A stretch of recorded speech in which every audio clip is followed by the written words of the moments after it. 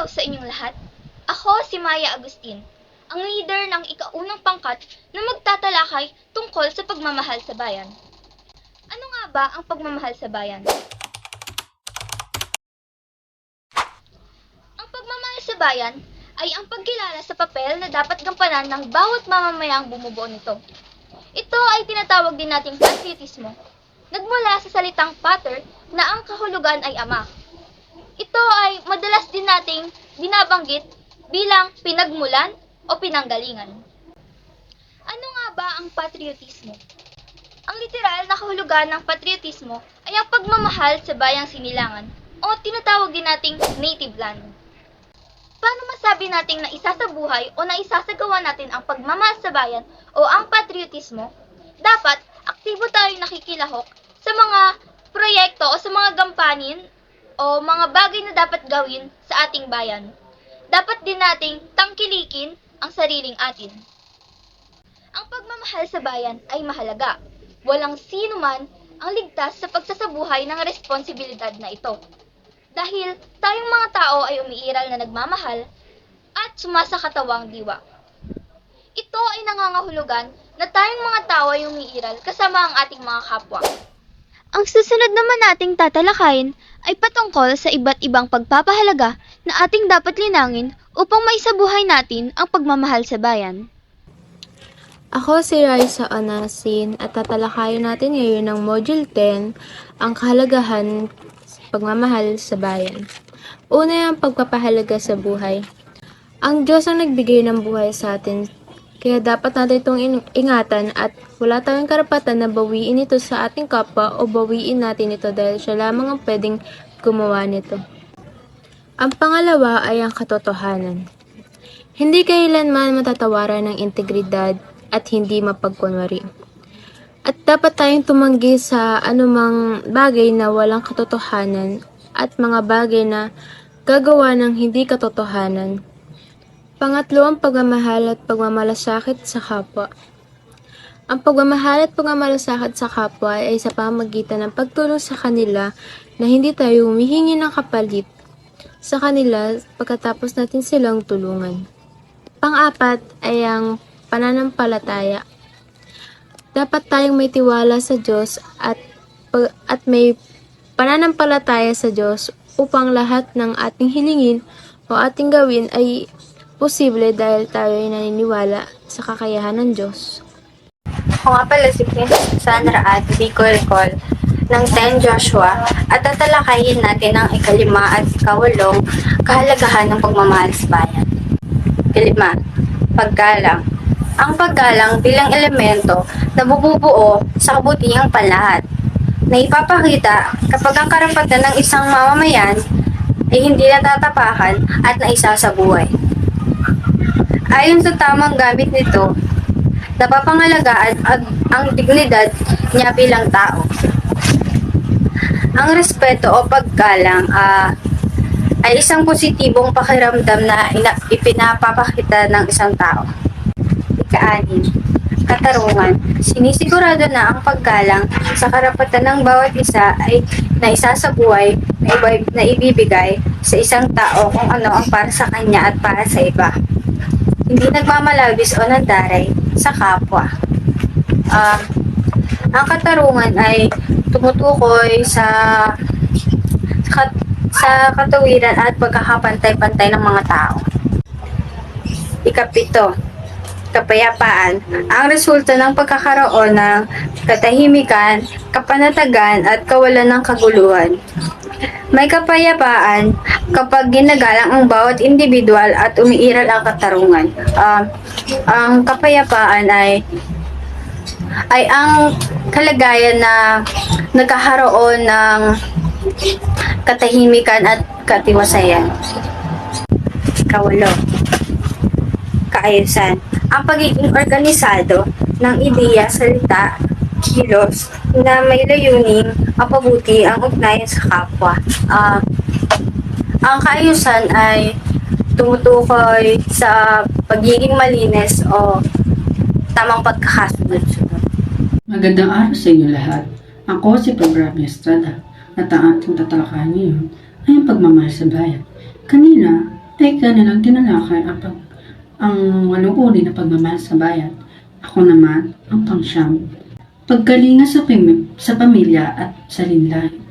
Ang pangingibabaw na papel ng pamilya bilang pangunahing institusyon ng lipunan na siyang tutugon sa pag-unlad na inaasam sa ikabubuti ng lahat. Pang-10. Kasipagan ng pagiging matyaga na tapusin ang anumang uri ng gawain ng buong husay at may pagmamahal. Ito ang pang-10 na kasipagan sa pagmamahal sa bayan. 11. Pangangalaga sa kalikasan at kapaligiran. Ang pagsasabuhay ng responsibilidad bilang tagapangalaga ng kalikasan at ng mga bagay na nilikha ng Diyos laban sa anumang uri ng pang-aabuso o pagwasak. 12. Pagkakaisa. Ang pagkikipagtulungan ng bawat individual na pag-isa ang naisin at saloobin para sa isang layunin.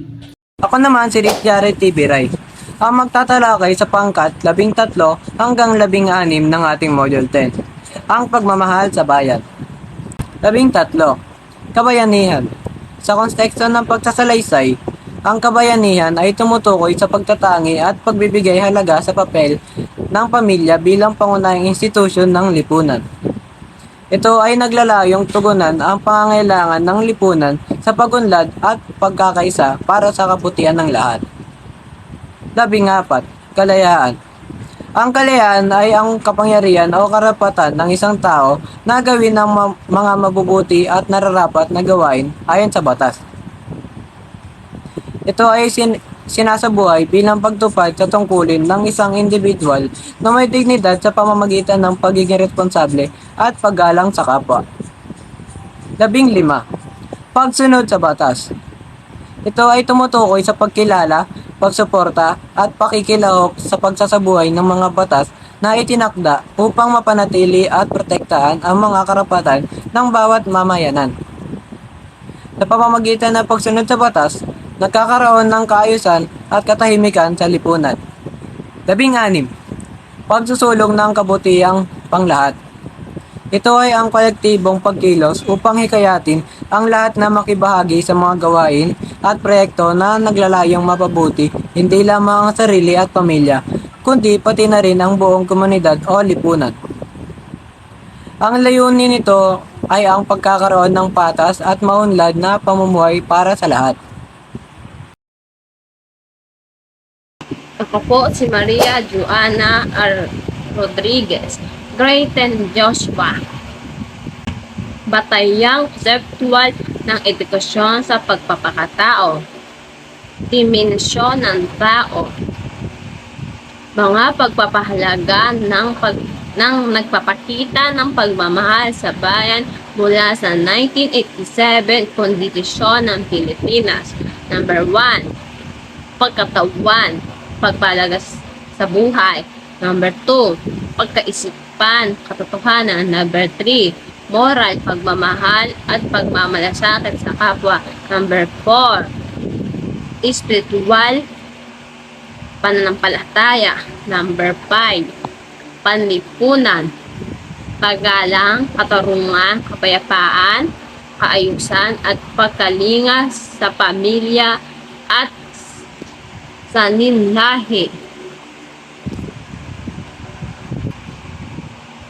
Verse 6. Pang-ekonomiya, kasipagan,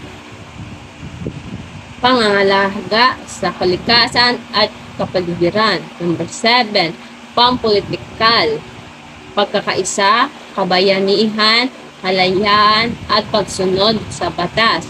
Number 8. Lahat ng dimensyon, pagsusulong ng kabutihan panlahat. Ako nga pala si Aaron John Salmingo ng 10 Joshua. Aking tatalakayin mga angkop na kilos na nagpapamalas ng pagmamahal sa bayan. May magagawa ang isang mamamayan upang mabigyan ng solusyon ang mga problemang kinakarap ng bayan. Mulat ka na sa katotohanan, kabahagian sa pagbabago kailangan ang mga kabataan. Bukod sa mga tungkulin na dapat isabuhay bilang Pilipino at mamayan ng ating bansa, nakakasaad konstitusyon ng may simpleng bagay na maaaring isabuhay isabuhay upang makatulong sa bansa ayon kay Alex Lacson. A. Mag-aral ng mabuti. B. Huwag magpapali. Ang oras ay mahalaga. Pumila ng maayos. D. Awitin ang pambansang awit ng may paggalang at dignidad. E. Maging totoo at tapat. Huwag mangopya at magpakopya. F. Magtipid ng tubig, magtanim ng puno at huwag magtapon ng basura kahit saan. G.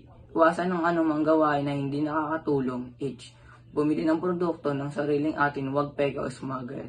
I. Kung pwede nang bumoto isagawa ito ng tama. J. Alagaan at igalang ang nakakatanda. K. Isama sa panalangin ang bansa at mga kapwa at mamayan. Yun lang po ang aking tatalakayin. Good morning everyone, my name is Sebastian Gavin Jan S. Ramos at may karagdagan lamang po akong sasabihin sa ating module na tinalakay na ang Module 10, ang pagmamahal sa bayan. Pagiging Pilipino ay isang biyaya. Hindi ito aksidente, nakaplano ito ayon sa kagustuhan ng Diyos. Bilang isang individual na sumasangkatawang diwa, may isa sa katuparan ito at magiging bahagi ng kasaysayan kung magkakaisa tayo bilang mamamayang may pagmamahal sa bayan. At yun lamang po, ako nga po pala ulit si Sebastian Gavin Jan S. Ramos at maraming salamat po.